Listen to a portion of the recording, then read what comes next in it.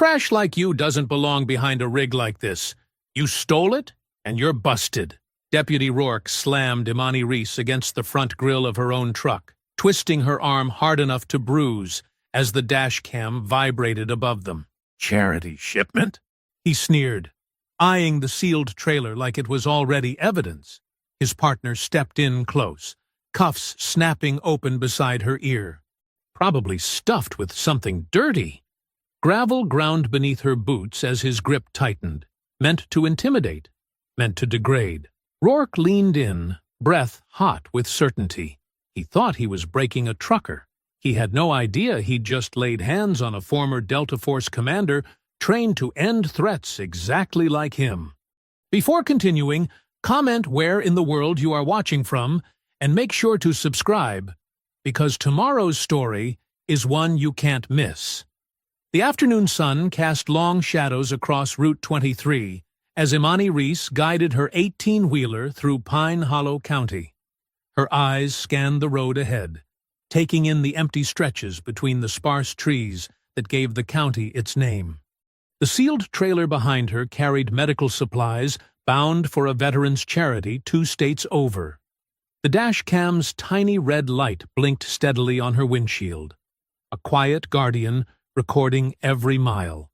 Imani kept her speed exactly at the limit, hands at 10 and 2, maintaining the discipline that had become second nature long before she'd started driving trucks. Blue and red lights exploded in her side mirror. Imani checked her speedometer again, though she already knew what it would show. The patrol car's lights strobed closer, and she eased her rig onto the gravel shoulder, positioning it carefully to keep the dash cam's view clear. 2 deputies emerged from the patrol car. The taller one swaggered toward her cab, hand resting casually on his belt. His partner circled wide, boots crunching on gravel as he positioned himself on her blind side. "Out of the truck!" the tall deputy barked before she could reach for her license. "Hands where we can see them!" Imani's fingers tightened slightly on the wheel. "Deputy Rourke," she read from his nameplate, keeping her voice steady. "I have my documentation right here." "I said out." Rourke's face twisted. "Unless you want to explain where you stole this rig from." "Stolen?" Imani kept her tone neutral even as her mind catalogued details. No initial request for license. No statement of cause for the stop. No radio call-in of their location. "You heard him," the second deputy, Brenner, cut in. "Out. Now." Wrong county to be playing games after dark.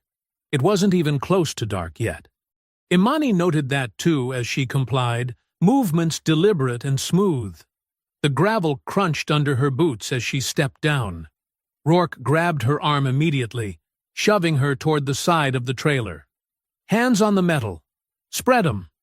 Imani planted her feet, absorbing the push while scanning the empty road. No witnesses, no buildings, no cell signal bars on her phone. This stretch of highway felt owned, claimed territory rather than public road. "Running awful nice equipment for a long haul," Brenner said, circling closer. His hand kept drifting to his holster like he was hoping for an excuse. "Bet there's quite a story there."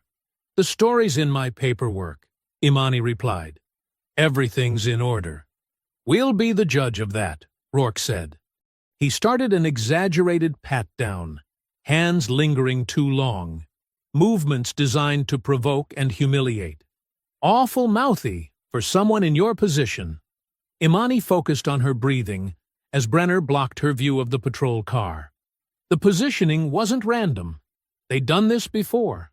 One to search, one to obstruct, working together to control what could be seen from the road. "Papers don't match," Rourke announced, though he hadn't even looked at them. "Gonna need to check that trailer." "It's sealed," Imani said. "Charity shipment, medical supplies." "That what you're calling it?" Brenner's laugh had an ugly edge. "Could be anything in there. Could be you're running something else entirely." Imani watched Rourke circle the trailer, paying special attention to the seal. His eyes had the hungry look of someone who'd already decided what he was going to find. This wasn't a traffic stop. It was a hunting pattern. Fish for an excuse, plant evidence if needed, split the proceeds later. Awful lot of freight traffic through our county lately, Rourke said, pulling something from his back pocket. The metal gleamed. Seal cutters. Awful lot of problems, too. But we keep things clean here. Right, Brenner. Yes, sir, we do. Brenner shifted his stance, thumb tapping his radio without keying it. No call-ins, no record, no witnesses. The sun hung lower now, stretching their shadows across the gravel. Imani's calm finally crystallized into something harder as Rourke approached the seal, cutters raised and a smirk playing across his face. She had read this situation like terrain from the first moment. The angles, the isolation, the practiced movements of predators who thought their badges made them untouchable. They had no idea they'd just cornered someone who'd spent years teaching others how to dismantle untouchable. Metal screeched against metal as Rourke worked the cutters against the trailer's seal. Brenner's fingers dug into Imani's arm, trying to force her still. The deputy's grip was tight enough to bruise, but his stance was sloppy. All show, no substance. "You're gonna regret making this difficult," Brenner hissed in her ear.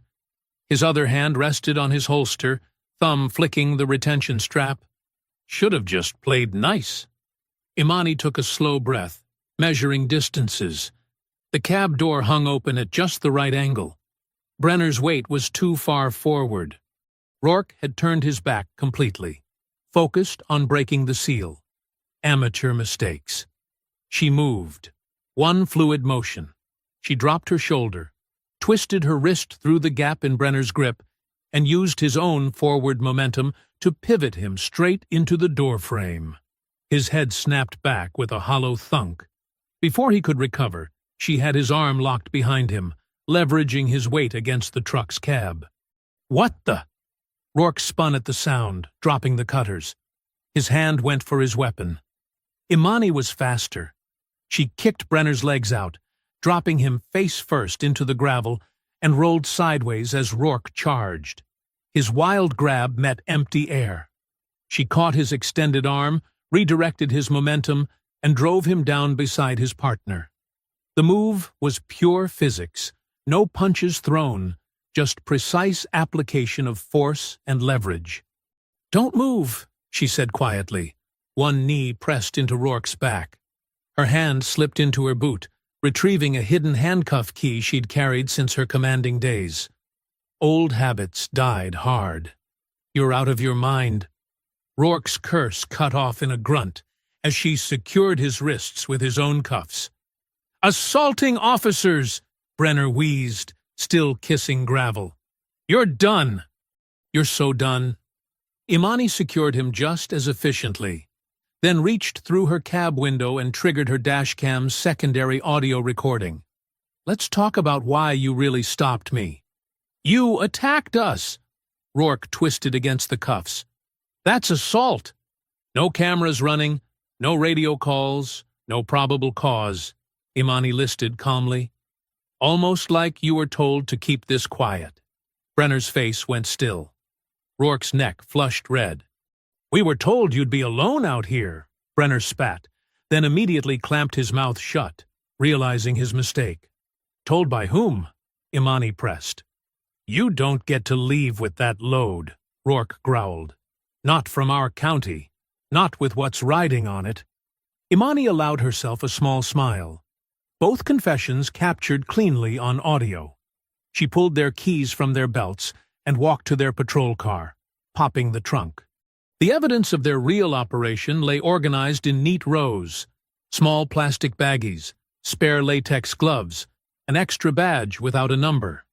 And there, paper-clipped to a folder, a crisp photo of her stepping down from her cab at the way station 40 miles back. The timestamp showed yesterday afternoon. They'd been hunting her specifically. The question was why.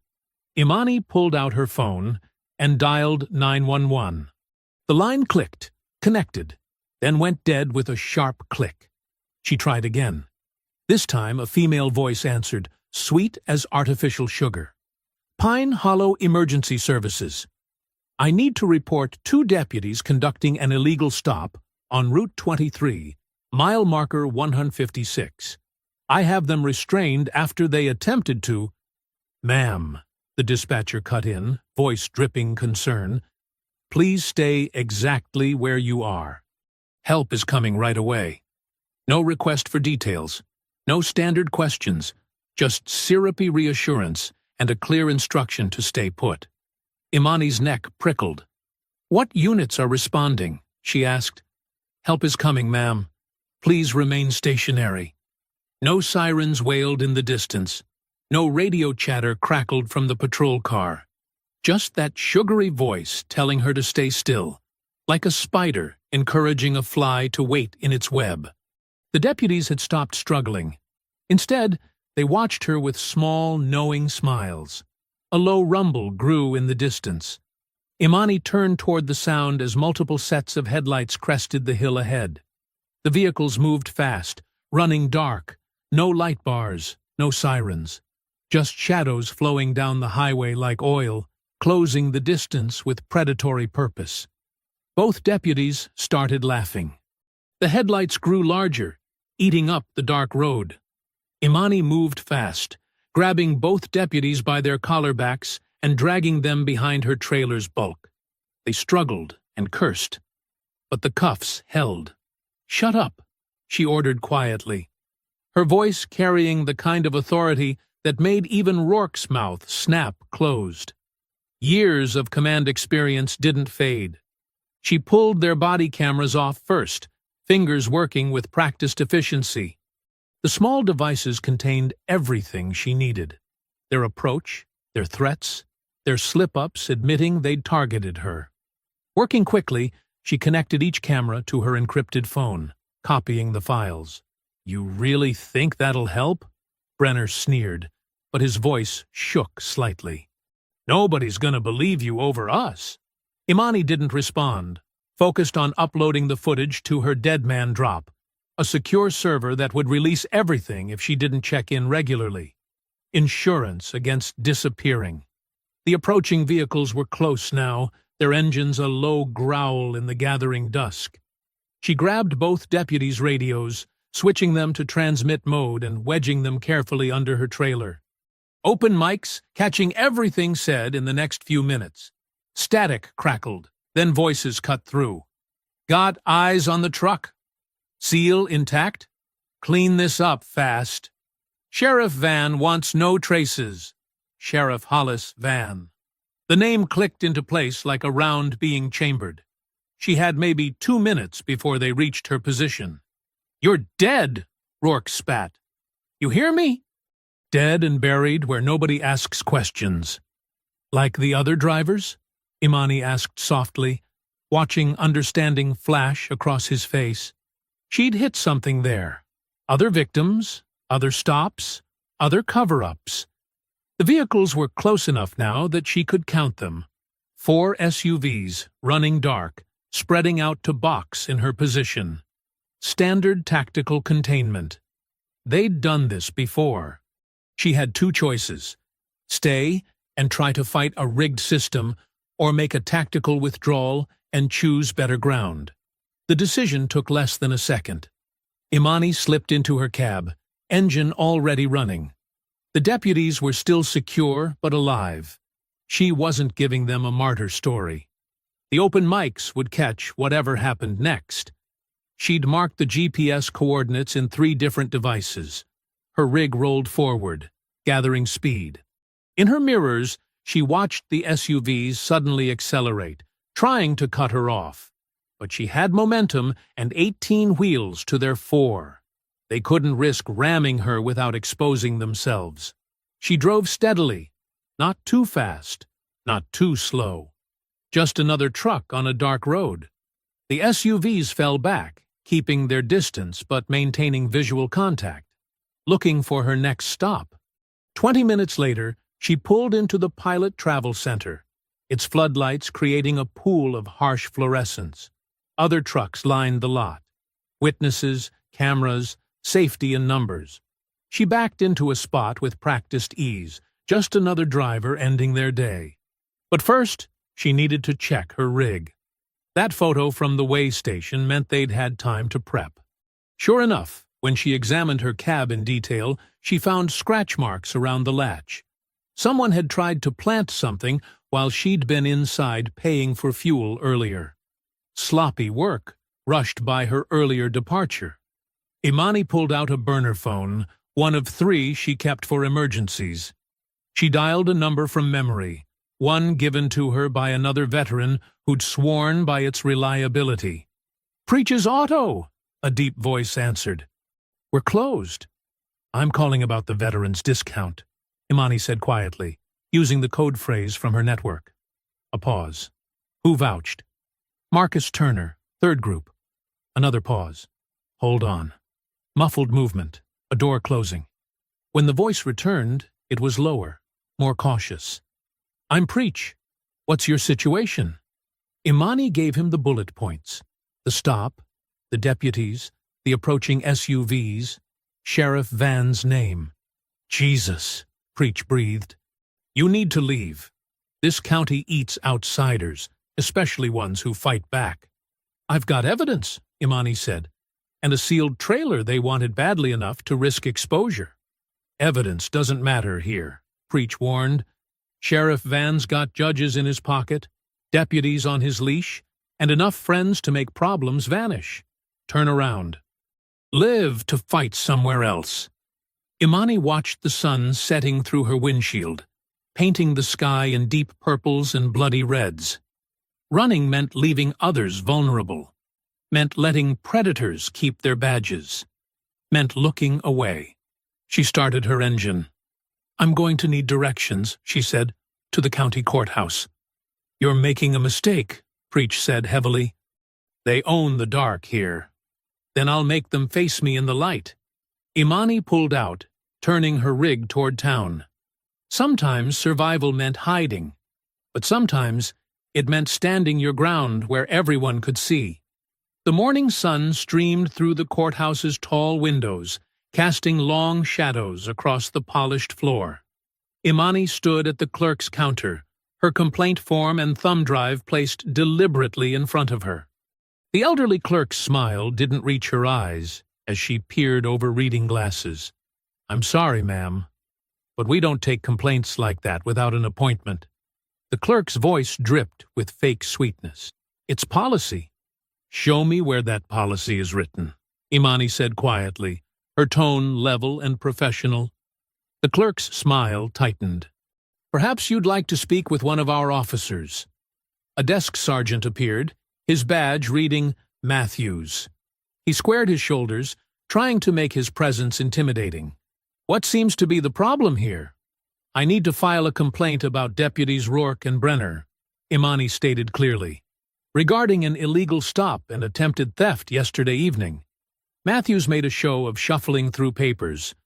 "Can't seem to find those forms right now. System's been acting up lately." He smirked. "Maybe try the county seat 40 miles over?" Behind the counter, a younger clerk whispered something to her colleague, both giggling. A phone camera flashed briefly, someone taking her picture. Imani kept her face neutral, but her mind recorded everything. The clerk who texted immediately after the photo, the security guard by the metal detector who suddenly found his radio interesting, the maintenance man who hustled away like he didn't want to be seen. "We get all kinds through here," an officer lounging against the wall announced loudly. "Especially certain kinds of drivers who don't know their place on our roads." More laughter rippled through the lobby. Imani didn't react to the bait. She'd commanded missions where a single wrong move meant death. These small-town power plays were amateur hour. "I'd like to speak with Judge Kitteridge." The laughter stopped. The clerk's expression froze. "Judge Kitteridge is unavailable," Matthews said flatly. "Indefinitely." "I'll wait," Imani replied. "Could be a very long wait." Matthews leaned forward. "Might want to get back on the road. Safer that way." A woman in her early 30s with a messenger bag approached the counter, pretending to check a bulletin board. She had quick, observant eyes and a press pass partially hidden under her jacket. "Excuse me," the woman said quietly when Matthews stepped away. "Are you Imani Reese?" Imani turned slightly, evaluating the stranger. "Who's asking?" "Mina Duarte. I run an investigative podcast." She kept her voice low. "I've been looking into stories about this county for months. Your name came up on a rumor board. Something about a sealed federal case a few years back?" "Not interested in publicity," Imani said firmly. "I get it. But before you walk away," Mina pulled out her phone, showed a spreadsheet. "These are missing drivers, mostly black and brown. All disappeared along this same corridor over the past 2 years. Local cops claim they have no records, but the pattern speaks for itself," Imani finished, studying the names and dates. "I can help," Mina pressed. "My audience knows how to amplify stories that need telling. Make them too public to bury." Imani was about to refuse again when movement at the main entrance drew everyone's attention. Sheriff Hollis Van swept in like a politician working a room. His uniform was crisp, his smile practiced and warm. He moved through the lobby, shaking hands, calling people by name, radiating authority wrapped in folksy charm. "Sarah, how's that grandbaby doing?" he asked the clerk. "Matthews, good work on that highway patrol coordination." Each interaction was perfectly calculated, reminding everyone who controlled their comfort, their careers, their security. Then Van turned, and his eyes met Imani's. There was no surprise in his face, no confusion, just calm recognition, as if he'd been waiting for this moment. His smile never wavered. "Welcome to Pine Hollow," he said, voice carrying across the now silent lobby. "I don't believe we've had the pleasure." He extended his hand. The gesture wasn't friendly. It was a challenge, a public move forcing her to either accept his dominance or mark herself as hostile. Imani noted how everyone watched, how phones appeared ready to record, how the security guard's hand drifted toward his weapon. Imani kept her hands at her sides, neither accepting nor refusing. Just standing her ground, face composed, eyes steady on his. She'd faced down warlords and cartel bosses. This man was dangerous, but he wasn't unique. The moment stretched, heavy with tension. Van's smile remained fixed, but something cold flickered in his eyes. The look of a man unused to having his authority questioned, especially in his own courthouse. Around them, the lobby had gone completely still, everyone watching the silent confrontation between the truck driver who wouldn't back down and the sheriff who expected absolute submission. The air felt charged, like the moment before a storm breaks. Sheriff Van followed Imani out of the courthouse, his footsteps unhurried on the concrete steps. The morning sun cast his shadow long across the sidewalk, stretching toward her like a reaching hand. "Miss Reese," he called, voice gentle as a prayer. "A moment of your time?" Imani turned, maintaining precise distance. Van's sheriff's badge caught the sunlight, a deliberate flash of authority. "I pride myself on knowing every professional driver who comes through Pine Hollow," he said, closing the gap with measured steps. "We're a close community, God-fearing people who look out for each other." He gestured toward a black SUV idling nearby. "Perhaps we could discuss your concerns somewhere more private?" "I've filed my complaint," Imani replied evenly. Van's smile didn't waver. "Complaints can be such formal things. Cold paperwork doesn't solve problems like a good conversation can." He lowered his voice to a confiding murmur. "Besides, I'd hate to see your rig held up by inspections. They happen so randomly these days. Department of Transportation's very thorough." From the corner of her eye, Imani spotted Mina Duarte partially hidden behind a courthouse pillar. Phone raised discreetly. Smart woman. Is that an offer or a threat, Sheriff? Now, why would you take it that way? Van spread his hands, the picture of wounded innocence. I'm trying to help. These roads can be dangerous for outsiders who don't understand local ways.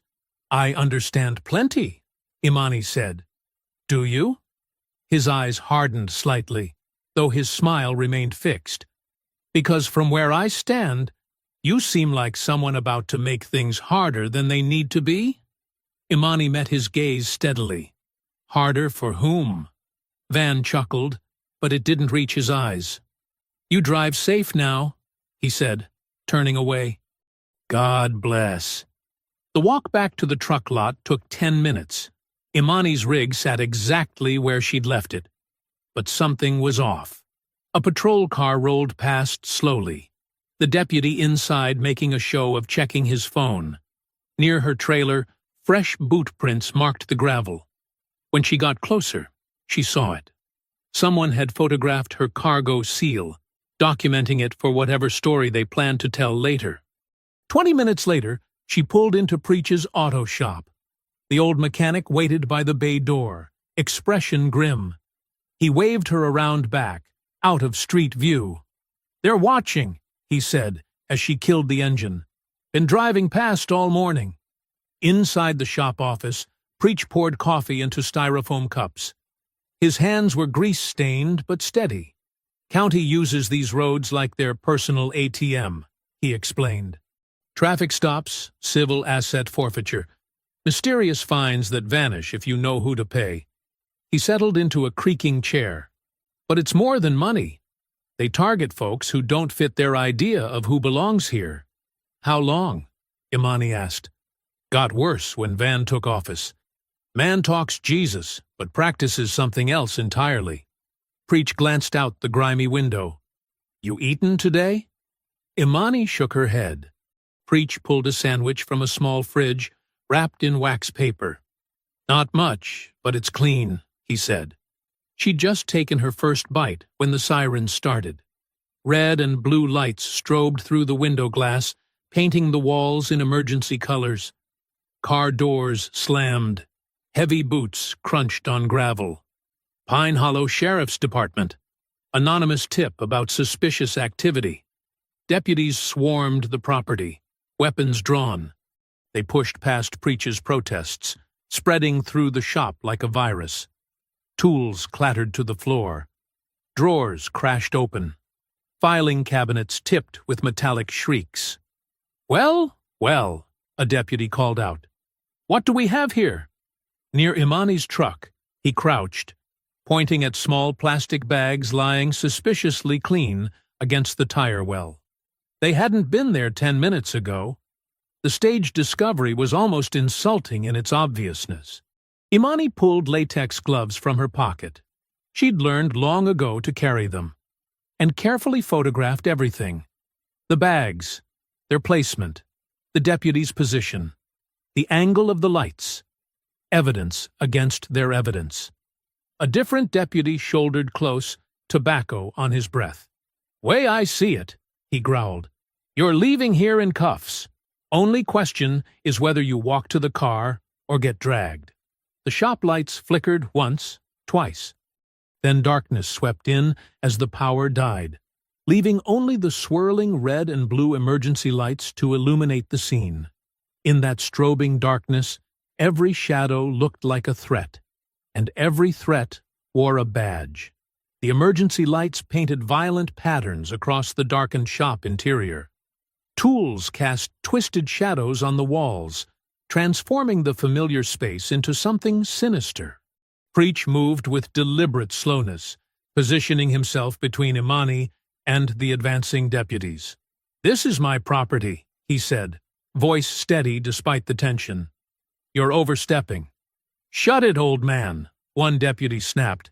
You're interfering with a lawful search. Through the shop's grimy windows, Imani spotted Mina Duarte in her parked car, phone held up like a shield, though her hands visibly shook. Smart woman, keeping distance while documenting everything. The lead deputy grabbed Preach's arm, spinning him roughly against the wall. The sound of his body hitting metal echoed through the shop. You want to obstruct justice? Fine. Here's your citation for interfering with law enforcement. The handcuffs clicked shut around Preach's wrists, unnecessarily tight. The old mechanic didn't resist, but his dignity in the face of their bullying made the scene even more brutal. Imani's muscles coiled with combat-trained responses, but she forced herself still. One swing, one push, one moment of justified resistance. That's all they needed. She could already see the headlines they'd write. Violent trucker assaults officers during routine inspection. Instead, she reached for a different weapon. Procedure. Badge number 4479, she said clearly, reading it off the deputy's chest. You're conducting a warrantless search without probable cause or consent. Please state your reasonable suspicion for the record. The deputy's swagger faltered slightly. He hadn't expected this calm recitation of policy. And Officer Martinez, badge 5582, Imani continued, her voice carrying to where Mina's phone recorded. You've just detained a property owner for requesting identification during an unannounced search. Department policy requires you to document your justification. She pulled out her own phone, keeping it visible. I'd like both of you to repeat your probable cause for this inspection. Slowly and clearly, please.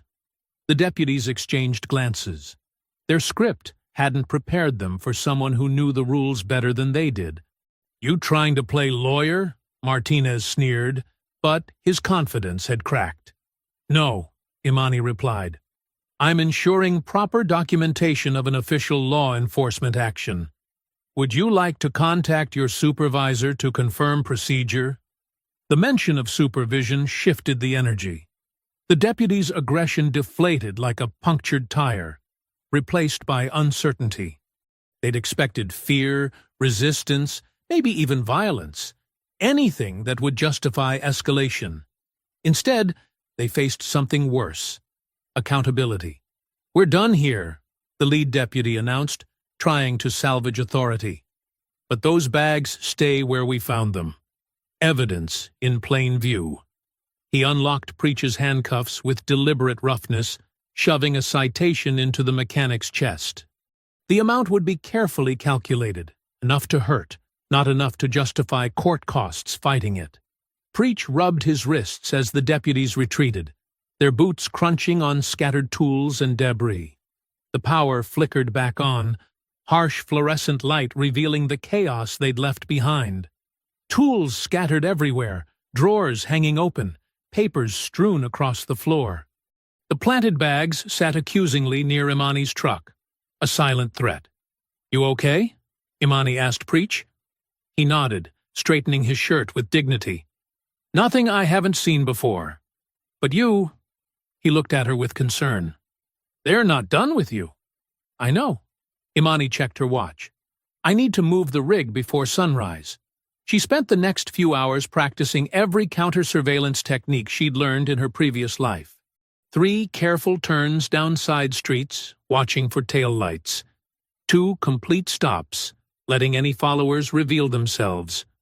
1 long loop through an industrial park, noting every vehicle that matched her path. They were following her, of course. Not obviously. They'd learned from her exposing their roadside tactics, but she spotted the same unmarked sedan at 3 different intersections and a patrol car that kept appearing just within sight. The pre-dawn air was heavy with humidity when she pulled into a 24-hour diner's parking lot. Mina's compact car was already waiting, its driver hunched over a laptop, surrounded by empty coffee cups. I can help, Mina said as soon as Imani approached. We blur faces, distort voices, protect sources, but people need to hear what happened on that road. Imani studied the younger woman's face, looking for any trace of glory-seeking or recklessness. She found only determined compassion. The locals come first, Imani said firmly. Nothing airs if it puts them at risk. Preach, the diner staff, anyone who might face retaliation, they get protection, or we don't move. Agreed, Mina nodded. I've got secure channels, ways to release information that can't be traced back. And numbers for good lawyers. How soon? Give me 24 hours to set up proper safeguards. Mina started gathering her equipment. Meet back here tomorrow? Different location, Imani corrected. I'll text you. As they prepared to part ways, Imani's trained eye caught movement across the street. A county cruiser sat silent in the shadows of a closed gas station, its engine cold but its occupant alert, watching, waiting.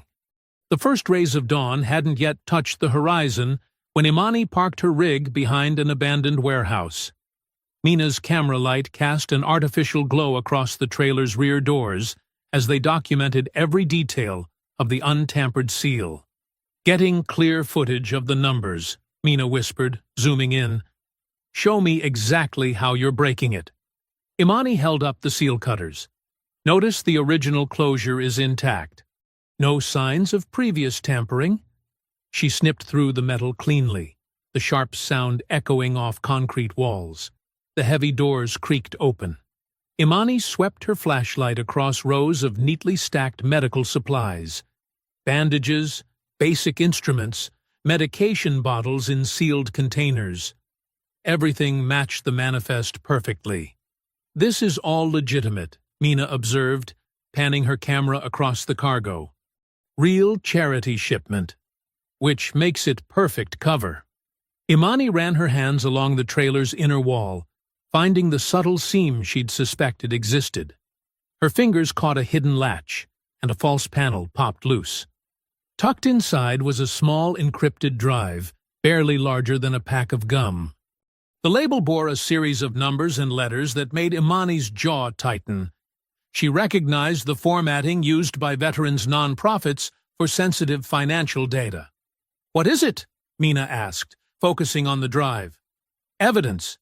Imani held it up to the light. This connects to county contracts, grant money, the kind of paperwork that shows where millions in public safety funding really goes.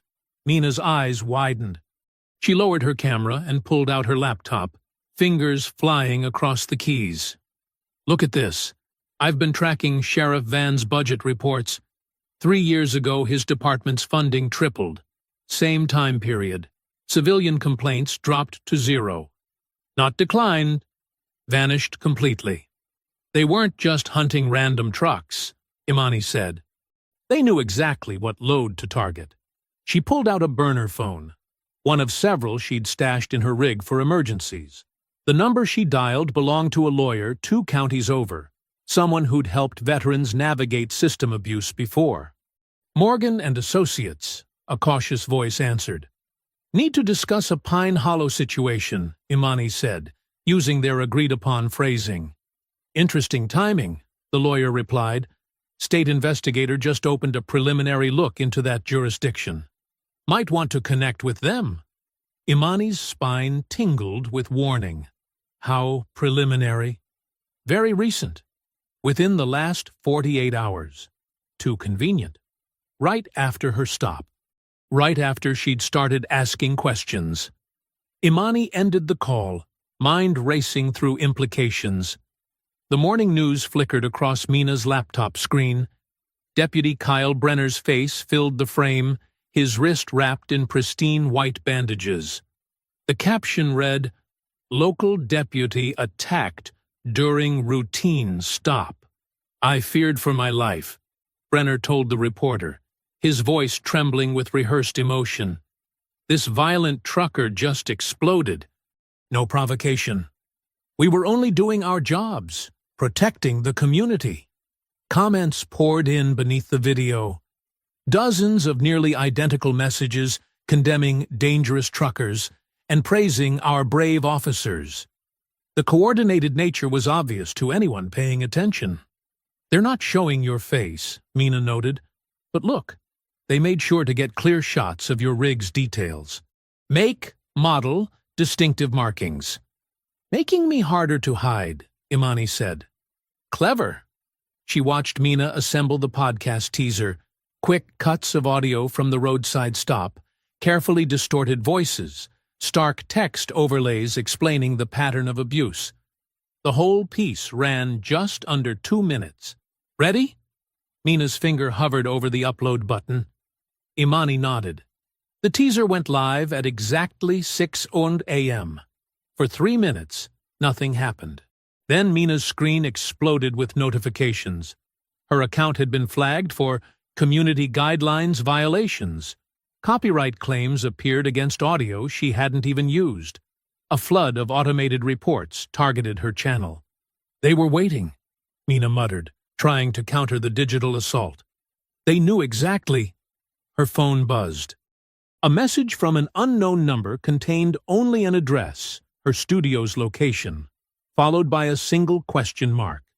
Seconds later, the same address appeared in multiple local Facebook groups, accompanied by thinly veiled threats about investigating anti-police propaganda. They work fast, Imani observed, her voice cold with recognition. She'd seen this pattern before, the swift, coordinated effort to silence and intimidate. But this time, it wasn't coming from shadowy government agencies. It was coming from a small-town sheriff's department that had practiced these tactics until they were perfect. Mina's hands shook slightly as she backed up her files to secure servers. What's our next move? We expected this, Imani reminded her. Let them think their pressure is working. Meanwhile, we follow the money. That drive isn't just about missing cargo. It's about missing millions.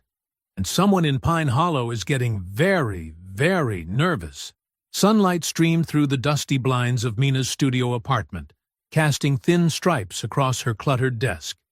2 monitors displayed video editing software, carefully blurring faces and distorting voices from Imani's dashcam footage. The small space smelled of coffee and determination. There, Mina said, making a final adjustment. Deputies' faces are obscured, but their actions are crystal clear. Audio's clean enough to understand, but processed enough to protect sources. Imani leaned forward, watching the footage play back. The roadside encounter looked almost surreal in daylight. The deputies' aggressive posturing, their calculated cruelty, the moment everything changed. Good work on the audio. You can hear the threat in their voices without identifying them. Ready? Mina's finger hovered over the publish button. Imani nodded. Do it. The episode went live at exactly 10:15 a.m. For 5 minutes, silence. Then Mina's phone erupted with notifications. Call after call poured in, each person speaking their own piece of the larger puzzle. I'm a waitress at the truck stop, one woman said, her voice trembling. I've seen them plant things in people's vehicles during routine searches. They make sure we all watch. A man identifying himself as a former dispatcher spoke in hushed tones. They trained us, which calls to drop. Said it was about resource management. But it was always specific callers, specific situations. Always. They took everything, a driver reported. Said my paperwork was suspicious. Never saw my cargo again. Department claimed no record of the stop. Imani documented each call meticulously, noting patterns, cross-referencing details. Outside the studio window, she watched people on the street pause at Sheriff Van's campaign banners. The bold words, safety, family, faith, seemed to take on new meaning as passers-by studied them with fresh eyes. Look at this, Mina said, pointing to her screen. An email had arrived from Judge Kitteridge's clerk, marked urgent. The judge will hold an emergency hearing if we submit evidence through proper channels. Forward that to the attorney, Imani said, pulling out her burner phone. She dialed the lawyer's number, putting it on speaker as Mina recorded. I'm ready to sign an affidavit, Imani stated once the connection was secure. Full statement, all details, properly witnessed. About time, the lawyer replied. I've got a state investigator trying to reach you. Name's Grant Huxley. He's leading a task force on jurisdictional abuse patterns. As if on cue, Mina's office line rang. The caller ID displayed a state government prefix. "This is Grant Huxley," a measured voice announced when Mina answered. "I need to speak with Imani Reese regarding the Pine Hollow incident." Imani gestured for Mina to put it on speaker. "I'm here, Mr. Huxley." "Ms. Reese." His tone was professional but warm. "We've been monitoring similar complaints across 3 counties. Your evidence could tie several cases together. We can offer protective custody and a secure channel for evidence submission." He referenced specific case numbers, dates, operational details that matched Imani's research. Everything he said aligned with what they'd uncovered. "How do we proceed?" Imani asked, keeping her voice neutral despite the hope trying to take root in her chest. "I'm at the County Administrative Annex," Huxley replied. "Secure office, clean chain of custody, everything by the book. We can meet at sunset, process your statement, and place you in protective custody before full dark." Imani muted the phone, turning to Mina. "Thoughts?" "Sounds legitimate," Mina whispered. "But I'm following you with cameras rolling. No chances." Imani unmuted. "Agreed, Mr. Huxley. Sunset at the annex. I'll bring the evidence and a witness." "Perfect." The satisfaction in his voice seemed genuine. "Park in the west lot. I'll have officers securing the perimeter." After the call ended, Imani and Mina spent the next hours preparing. They backed up files to multiple secure locations, arranged dead man drops with the attorney, and mapped multiple exit routes from the annex. "Legal process might actually work this time," Mina said, packing her camera gear. "Maybe." Imani checked her phone. Dozens more messages had arrived, each person sharing their own encounter with Pine Hollow's justice system. "But we do this exactly right. Everything documented, everything witnessed." The sun began its descent, painting the sky in shades of orange and purple. Imani retrieved her sealed evidence files from a secure location, while Mina tested her recording equipment one final time. "Ready?" Mina asked, shouldering her camera bag. Imani took a deep breath, feeling the familiar pre-mission focus settle over her. "Let's go make it count." They drove separately toward the county administrative annex, Imani in her rig, Mina following at a discreet distance. The massive brick building stood silhouetted against the dying sun, its windows reflecting golden light. Several unmarked vehicles were already parked in the west lot, their official plates visible in the fading daylight. The county administrative annex cast long shadows across the parking lot as Imani pulled in, her rig's headlights sweeping across rows of empty spaces. Sodium lamps buzzed overhead, their orange glow flickering like dying fireflies. Grant Huxley stood beside a dark sedan, his posture relaxed and professional. His suit jacket caught the uneven light as he raised a hand in greeting. Imani performed her standard security scan before stepping down from the cab. Exits, cameras, sightlines. 3 unmarked vehicles were positioned at strategic points around the lot. Their placement felt deliberate, almost tactical. Mina parked her car at a careful distance, camera already recording. She gave Imani a subtle nod as she adjusted her lens. "Ms. Reese." Huxley's smile was practiced and warm as he extended his hand. "Thank you for trusting the process. We'll handle this by the book." His handshake was firm, but not aggressive. His eyes stayed locked on hers, radiating calm authority. Everything about him suggested competence and control. "Let's start with the evidence documentation," he said, gesturing toward the building's side entrance. "Standard procedure requires us to—" 2 state troopers emerged from the shadows, moving with synchronized purpose. Their boots scraped against the asphalt as they flanked Imani's truck. "We'll need to secure the vehicle first," one announced, already reaching for the door handle. "Safety protocols." "I haven't consented to any search," Imani said, her voice clear and steady. "Do you have a warrant?" The troopers exchanged glances, then continued as if she hadn't spoken. One climbed into the cab, while the other maintained position, hand resting casually on his weapon.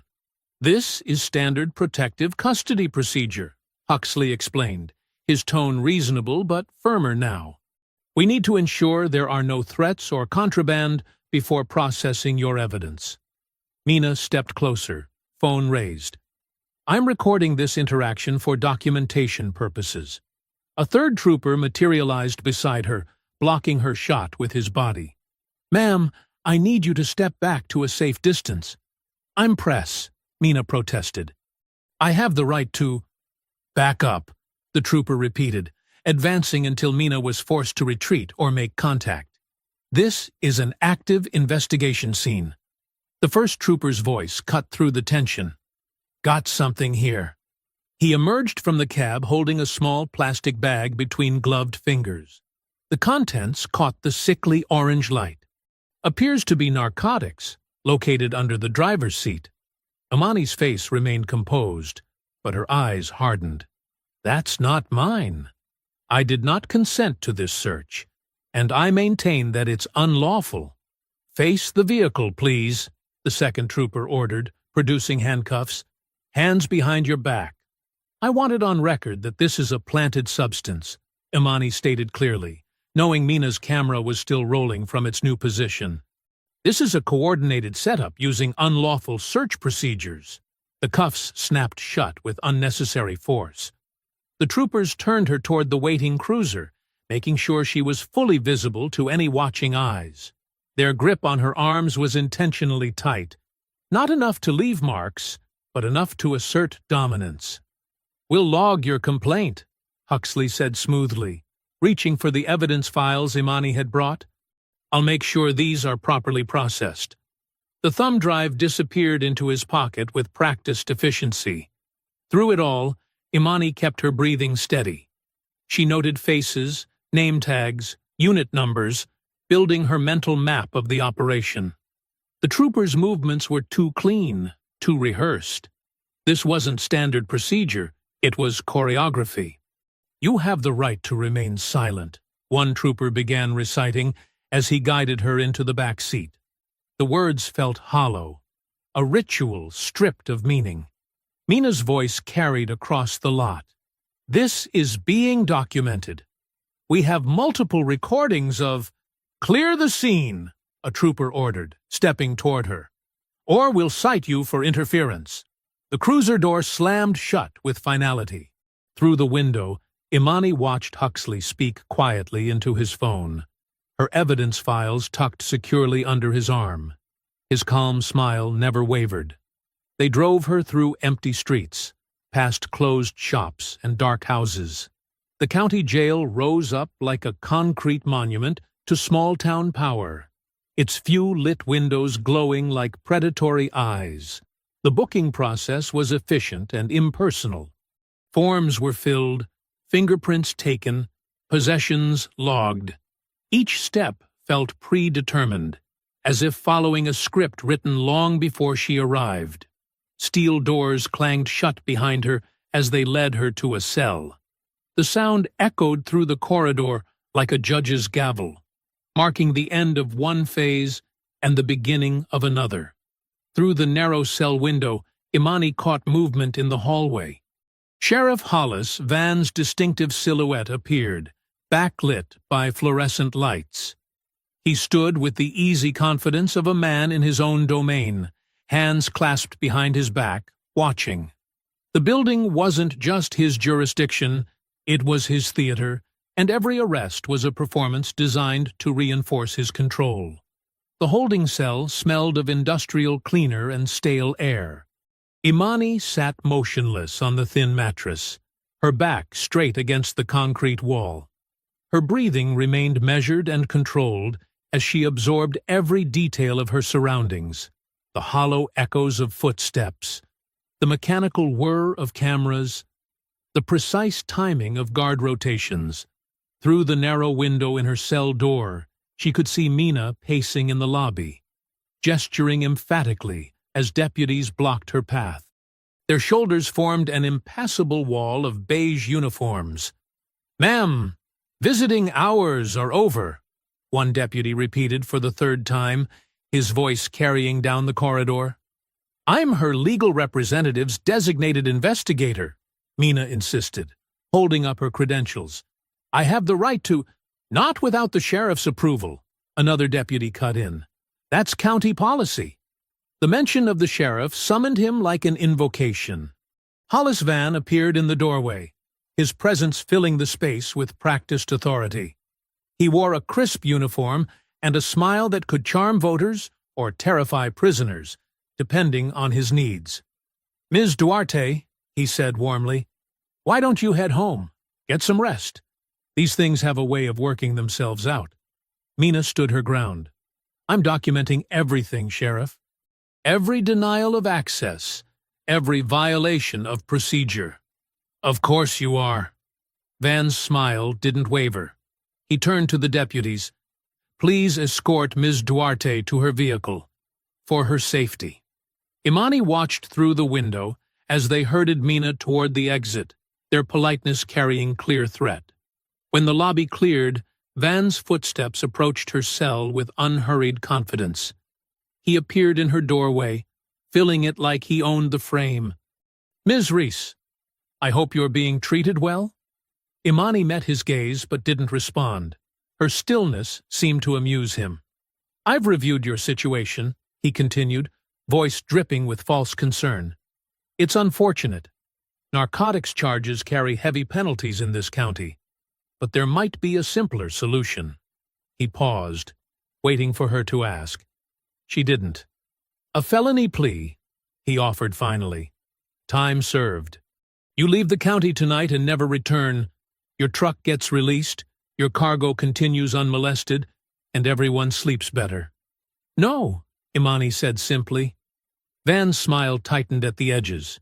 He made a small gesture to the guard station. The overhead lights flickered and died, plunging the corridor into darkness, broken only by emergency strips. The security camera's red recording lights winked out in perfect synchronization. Heavy footsteps approached. A guard Imani hadn't seen before. He unlocked her cell with practiced efficiency. 3 minutes, Van said quietly, stepping back. The guard moved fast, grabbing Imani's arm and slamming her against the wall. His forearm pressed against her shoulders, careful to avoid leaving marks. You think you're special, he hissed, breath hot against her ear. You think your fancy lawyer and your little reporter friend make you untouchable? Women like you never learn. Imani didn't struggle. She counted seconds in her head, noting every detail. The guard's stance, his breathing pattern, the exact pressure points he chose. This wasn't improvised. It was rehearsed intimidation, designed to break spirits without leaving evidence. The lights hummed back to life precisely 3 minutes later. The guard stepped away as smoothly as he'd arrived, straightening his uniform. Van reappeared in the doorway. Think about my offer, he said pleasantly. Things tend to get uncomfortable for people who refuse my hospitality.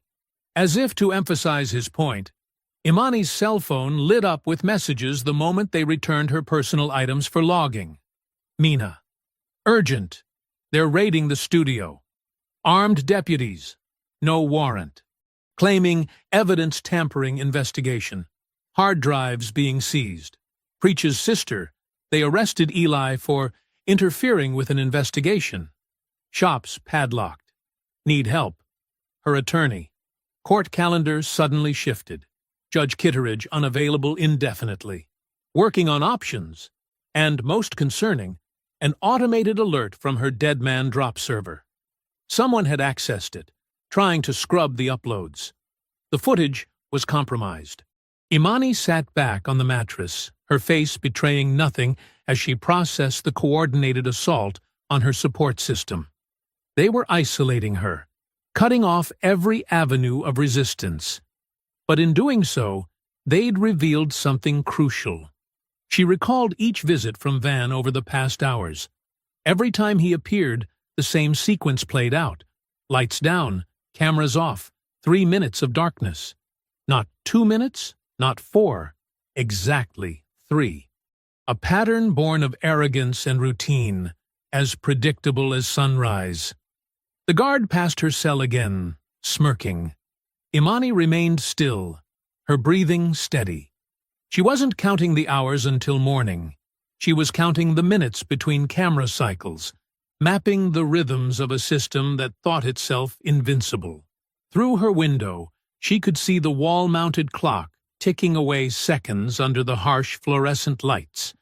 She watched its hands move with the same patience she'd once used to study patrol patterns in far more dangerous places.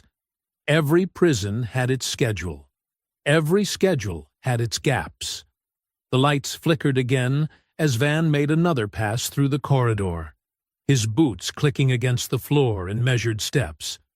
Right on cue, the cameras went dark. 3 minutes of invisible power.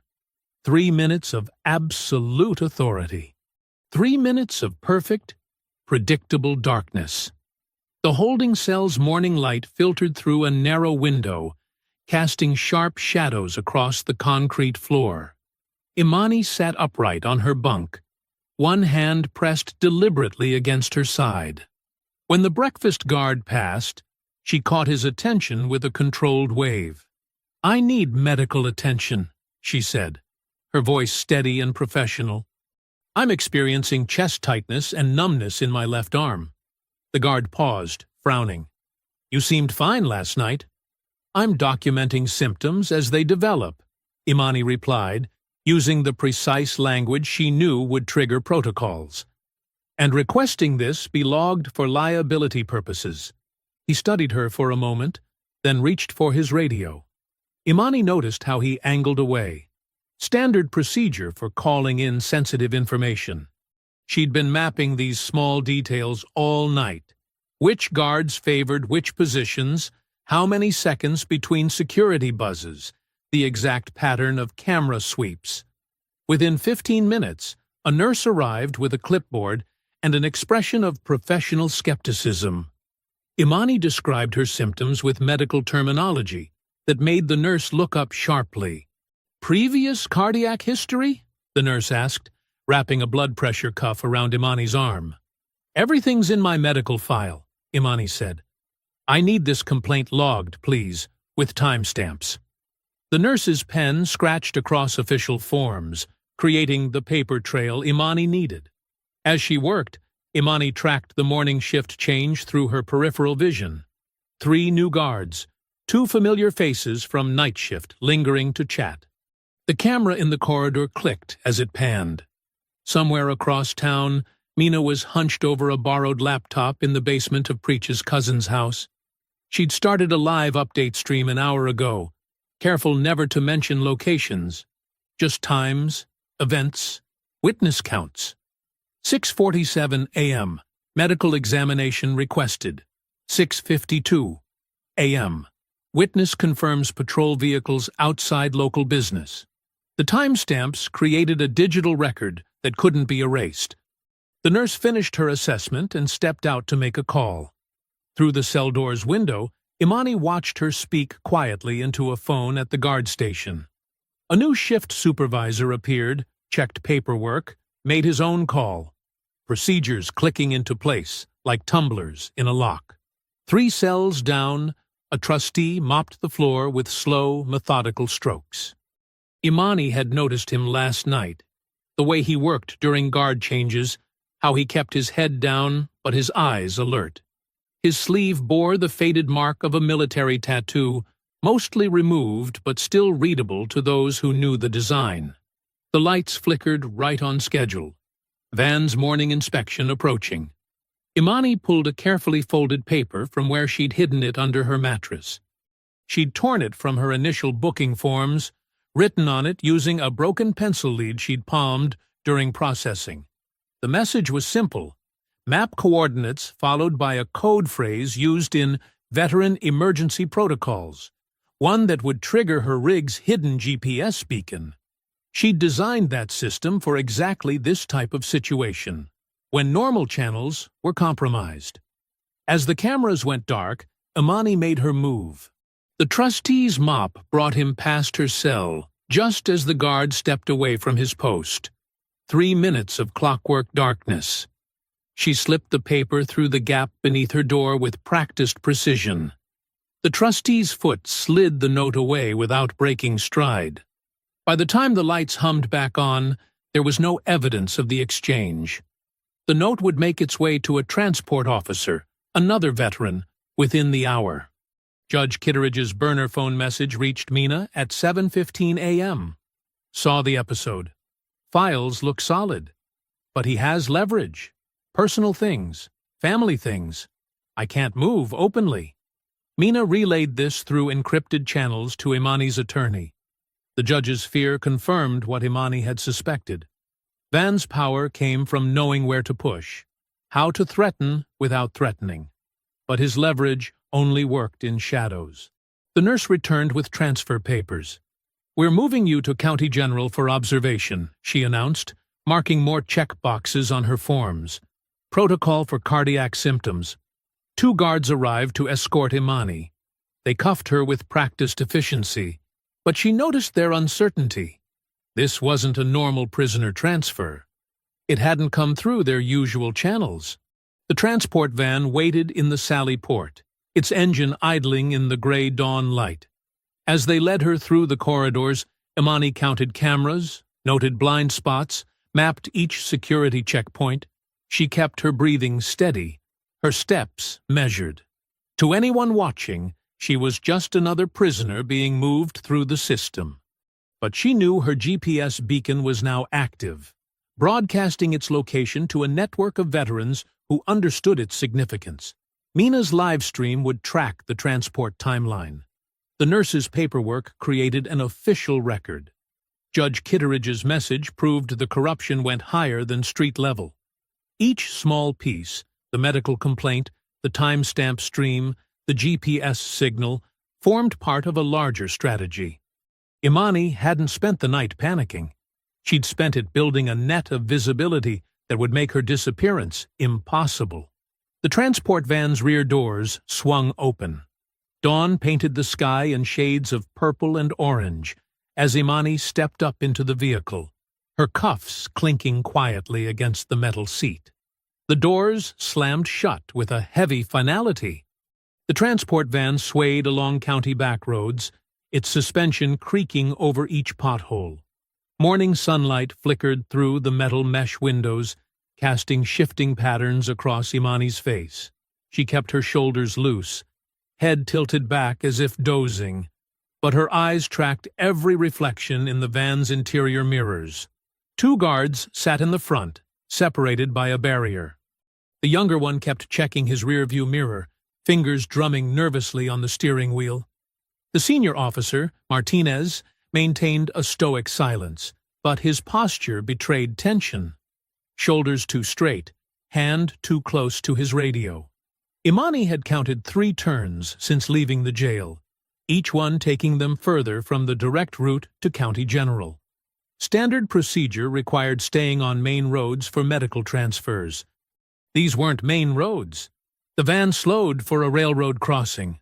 Protocol required a complete stop, visual check both ways. As the brakes squealed, Imani shifted her weight carefully, pressing one knee against the metal bench. "Check the crossing," Martinez instructed his partner. The younger guard stepped out, boots crunching on gravel. Imani rolled her shoulders, pressed her tongue against a false crown on her back molar. Veteran fieldcraft, a hidden tool disguised as dental work. The metal pick inside was smaller than a paper clip, but precisely sized for certain locks and electronic triggers. A train horn blared in the distance. The guard outside shouted something about tracks being clear. That's when Imani executed her move. A precise series of actions rehearsed in her mind all night. She jerked forward suddenly, making a choked sound. Her handcuffs rattled against the bench as she doubled over, gasping with theatrical precision. "Can't breathe." Martinez turned sharply. "Hey! What's wrong with her?" The younger guard scrambled back into the van. "Should we call it in?" "Protocol says we have to." Martinez reached for his radio. "Medical emergency, During transport, Imani continued the performance, wheezing just loud enough to mask the soft click of her hidden tool engaging with her rig's remote beacon trigger, a modified key fob she'd prepared for exactly this scenario. 3 quick pulses. Activate. Broadcast. Emergency protocol. Dispatch, we need medical response, Martinez was saying. Location is... Static cut through his transmission. The younger guard swore, adjusting frequencies. More static. While they focused on communications, Imani's beacon was already broadcasting. Somewhere in Preach's cousin's basement, Mina's borrowed laptop pinged with the signal. Within seconds, her live stream activated. Signal detected. If you see this marker, timestamp it. Record everything. Traffic cams, store security feeds, anything public. Build the timeline. The van's radio crackled. A new voice cut through. Unit 217. Redirect to alternate location. Code 4 Alpha. Martinez frowned. 4 Alpha? That's not. Confirmed. Unit 217. Proceed to Morgan Event Center. Security teams standing by. The younger guard shifted uncomfortably. But the hospital? Those are orders, Martinez said, but his tone carried doubt. Imani had stopped gasping, now sitting calmly upright. The sudden change made Martinez eye her suspiciously. You're awful relaxed for someone who couldn't breathe a minute ago, he said. Imani met his gaze in the rearview mirror. Because I've been hunted before, she replied evenly. And I learned how hunters get sloppy. They forget to check their corners. They miss the obvious signs. The younger guard's radio squawked again, local channels flooding with chatter. Online viewers were already triangulating the van's position. Every traffic light camera, every store security feed, every cell phone video became a data point in Mina's growing digital map. 3 patrol cars just passed Main Street, one viewer reported. Timestamp 8:17 a.m. Emergency vehicles redirecting toward Morgan Center. Event permit filed yesterday. Community prayer breakfast with Sheriff Van. The van turned onto a wider road. Through the mesh windows, Imani glimpsed campaign posters stapled to telephone poles. Sheriff Van. Leadership you can trust. Each one perfectly placed for maximum visibility. Why's everyone heading to a prayer breakfast? The younger guard muttered. Martinez didn't answer, but his knuckles whitened on the steering wheel. He knew, or suspected, that this transport had become something else. A show. A performance. Imani felt the road surface change from asphalt to concrete. The van slowed, turning into what sounded like a larger lot. Voices filtered through the walls, a crowd gathering. Camera shutters clicked. Someone was testing a microphone. Unit 2117. Proceed to rear entrance, dispatch instructed. Security team will escort prisoner. The van rolled to a stop. Through the windows, Imani saw the Morgan Event Center rising above them, all glass and polished stone. Television vans clustered in one corner, their satellite dishes raised like mechanical flowers. Campaign banners draped the entrance. Safety, family, faith. Somewhere inside, Sheriff Van would be straightening his tie, rehearsing his speech about law and order, about making examples of those who threatened his community's peace. He wanted his victory lap, complete with a handcuffed prisoner as his prop. Martinez opened the van's rear doors. Sunlight flooded in, along with the buzz of gathering crowds. Camera flashes sparked like lightning. Reporters jostled for position behind hastily erected barriers. Imani rose slowly, the chain between her ankles clinking against the van's floor. She stepped down into the light, squinting at the sudden brightness, but keeping her spine straight. No stumbling, no hesitation. She faced the cameras with the same calm she'd carried through firefights and ambushes. The event center doors stood open, spilling out the sound of gospel music and measured applause. Security teams formed a corridor through the crowd, their earpieces gleaming.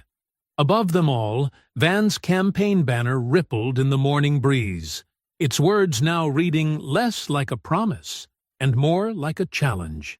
Fluorescent lights hummed in the event center's back hallway, casting harsh shadows across the faces of deputies flanking Imani.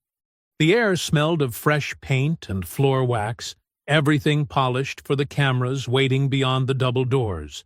Sheriff Hollis Van stood before a mirror mounted on the cream-colored wall, adjusting his silk tie with practiced precision.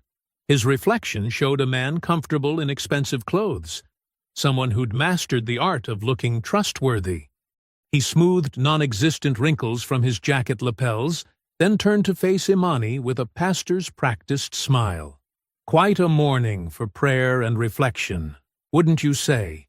His voice carried that same manufactured warmth, though some of us have more to reflect on than others. Deputy Rourke, sporting a theatrical wrist bandage, sneered and jerked Imani's cuffs. "Keep moving, troublemaker." Through the walls, they could hear the growing murmur of the crowd. Local media, church groups, politicians, all gathering to witness Van's carefully orchestrated message about law and order in Pine Hollow County. Mina's live stream counter ticked steadily upward. Viewers poured in, sharing screen recordings and clips. Someone posted an old video of Rourke at a police fundraiser, bragging about cleaning up the county roads. Another viewer matched Brenner's badge number to 3 separate missing driver reports filed in neighboring jurisdictions. "Look at this pattern," one comment read, linking timestamps. Same stretch of road, same deputies, same reports of evidence found during searches. The stream chat erupted with fresh discoveries. Photos of Van's expanding property holdings, screenshots of county budget irregularities, links to complaint forms that mysteriously vanished from official websites. A side door opened, bringing a burst of morning air. Judge Lorraine Kitteridge entered, her face drawn tight as a bowstring. Her clerk trailed behind, clutching a leather portfolio and looking like he wanted to disappear into the wallpaper. The judge's eyes swept the hallway, taking in the deputy's posturing, Van's calculated calm, Imani's restraints. Van's smile widened. "Judge Kitteridge, so pleased you could join us for this important community moment." Before she could respond, a stagehand appeared. 2 minutes, Sheriff." Van nodded, straightening his already straight tie once more. "Time to remind everyone what real leadership looks like." He gestured to the deputies.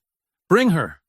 Let's show Pine Hollow how we handle threats to public safety." As they moved toward the stage entrance, Imani caught sight of someone in the small crowd of organizers and assistants. A young woman wearing an event staff badge, but her fingers moved across her phone with familiar urgency. One of Mina's helpers, positioned exactly where they'd planned. Imani cleared her throat and spoke just loud enough to carry, "Strange weather for August." The phrase was meaningless to everyone else, but it was Mina's confirmation code. The helper's slight nod confirmed. Their encrypted backup was safe, distributed across servers beyond Van's reach. Through the stage curtain, they could hear Van's introduction being read, "A leader who puts faith and family first, who protects our values." A commotion near the service entrance drew everyone's attention. 2 deputies were escorting, half dragging, a new arrival. Eli Preach Sutton stumbled between them, his wrists shackled, his usually pristine mechanic's uniform wrinkled and stained. They'd clearly pulled him straight from his cell, not even allowing him to clean up. Judge Kitteridge's posture changed. Something in her carefully maintained professional distance cracked at the sight of Preach, a respected business owner, a community elder, being paraded in chains like a medieval spectacle. The message wasn't subtle. This is what happens to anyone who helps the wrong people. "Get him in position," Van ordered quietly. "When I signal, bring them both out. Let everyone see what law enforcement means in Pine Hollow." The judge's hands tightened on her robes. Her clerk touched her arm, whispering something urgent, but she shook her head. The fear that had kept her careful all these years was transforming into something harder and less manageable. Applause thundered as Van stepped through the curtain. His voice boomed through the sound system, practiced and powerful. "My friends, my neighbors, we gather today to reaffirm our commitment to lawfulness and order." The massive screen behind the stage showed his face in high definition. Every gesture calculated for maximum impact. Camera flashes sparkled from the media section. Phones rose throughout the crowd, recording. "In Pine Hollow County," Van continued, "we believe in doing things the right way, the legal way. Just yesterday, our deputies apprehended a dangerous individual who thought our laws didn't apply." Imani stood in the wings, watching Van work the crowd like a revival preacher. Deputies shifted impatiently, eager for their cue to drag out their prisoners. Preach kept his head high despite everything. Dignity intact, even in handcuffs. A small red light began blinking on the main audio board. The technician frowned, tapping his controls. Static crackled briefly through the speakers. Van didn't miss a beat. "We face threats to our way of life, but I promise you—" The giant screen flickered once, almost imperceptibly. A second flash. The audio popped like distant thunder. Something was happening to the feed. The giant screen behind Sheriff Van flickered again, his campaign slogan dissolving into grainy nighttime footage. Red and blue lights strobed across a familiar stretch of county road. Deputies Rourke and Brenner emerged from shadow, their movements sharp and predatory as they approached Imani's truck. "Now, folks," Van said smoothly, "I'm sure there's just some technical—" The deputies' voices cut through his reassurance, crystal clear through the event center's speakers. "Where'd you steal this rig from?" Rourke's sneer carried perfectly. "Wrong county after dark, wouldn't you say?" Gasps rippled through the crowd as they watched Brenner force Imani to her knees in the gravel. Every crude comment, every threatening gesture played out in high definition. Someone in the front row, a prominent church donor, covered her mouth in shock. "This is obviously some kind of edited," Van started, but the footage continued relentlessly. The screen split to show the deputy's trunk inventory. Evidence baggies laid out like merchandise, spare gloves, the printed surveillance photo of Imani at the way station. Mina's steady narration laid out each piece. Pre-planned targeting, systematic harassment, pattern of predatory stops. State representatives in the audience began edging toward the exits. A county commissioner buried his face in his hands. The local news crews swung their cameras from Van to the screen and back, capturing his increasingly strained smile. "These are serious allegations," Van said, gripping the podium. "But I assure you—" The next file appeared. Spreadsheets, bank records, property deeds. Each document connected seized assets and public safety grants to a web of private accounts. Red lines traced money flowing from traffic stops to shell companies, then to offshore holdings. Names highlighted themselves. Shell company directors matching Van's family members. Property purchases dated to major drug seizures. "This is fake news," Van announced, forcing a laugh. "Complete fabrication by troublemakers who—" Movement at the side doors caught everyone's attention. Men and women in dark suits entered quietly, spreading along the walls. Their badges weren't local. These were state agents, summoned by the mounting public pressure and Judge Kitteridge's hastily signed emergency orders.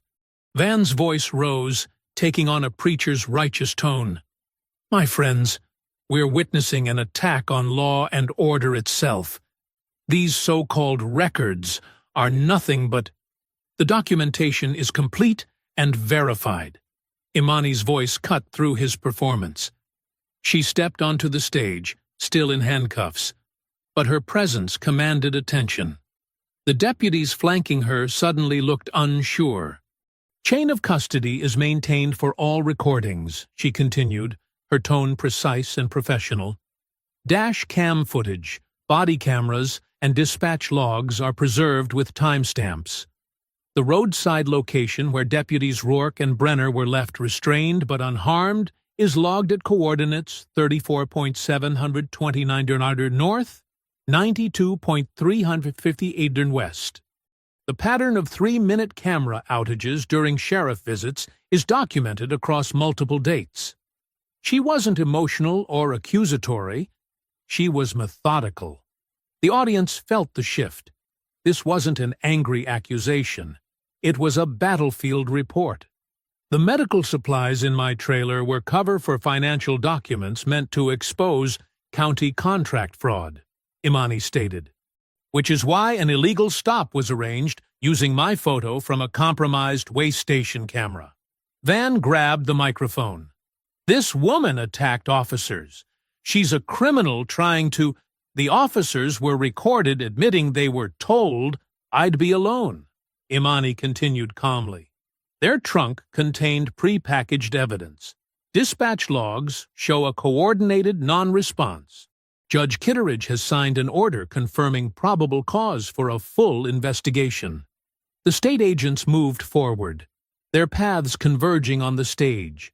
Donors in the front rows physically recoiled from Van, creating distance between themselves and what was coming. "This is a mistake," Van announced, but his voice had lost its polish. "I've served this county faithfully for—" "Sheriff Hollis Van," one of the agents cut in, reaching for handcuffs. "You're under arrest for conspiracy, corruption under color of authority, and multiple counts of civil rights violations." The crowd watched in stunned silence as the cuffs clicked around Van's wrists. His campaign banner still hung above the stage. Safety, family, faith. Now reading like an indictment. Cameras flashed in rapid succession. Phones recorded from every angle.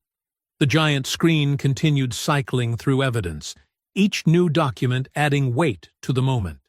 "This is what happens," Van tried one last time, "when we let outsiders into our—" "No!" Judge Kitteridge's voice rang out as she stood. "This is what happens when we finally stop letting fear silence the truth." The agents began reading Van his rights, their voices echoing through the sound system he'd arranged for his own glory. His practiced smile cracked completely, revealing the rage and panic beneath. He looked desperately toward his deputies, but they stepped back, already calculating their own survival. The audience that had gathered to witness his power now witnessed his fall instead. Every phone, every camera, every witness ensuring this moment couldn't be buried or denied. This wasn't just an arrest, it was the dismantling of a system, played out under lights Van himself had arranged. Backstage at the event center erupted into controlled chaos. State agents moved with practiced efficiency, reading rights and securing suspects, while local officers stood frozen, unsure which side of the dividing line they'd land on. Deputies Rourke and Brenner were brought in through separate doors, their expressions shifting from arrogance to panic as they realized the depth of their situation. The handcuffs clicked around their wrists, proper procedure this time, not their usual rough show of force. "You're under arrest for civil rights violations, conspiracy to commit evidence tampering, and abuse of authority under color of law," the lead agent announced, loud enough for everyone to hear. The deputies' faces drained of color as their badges were removed.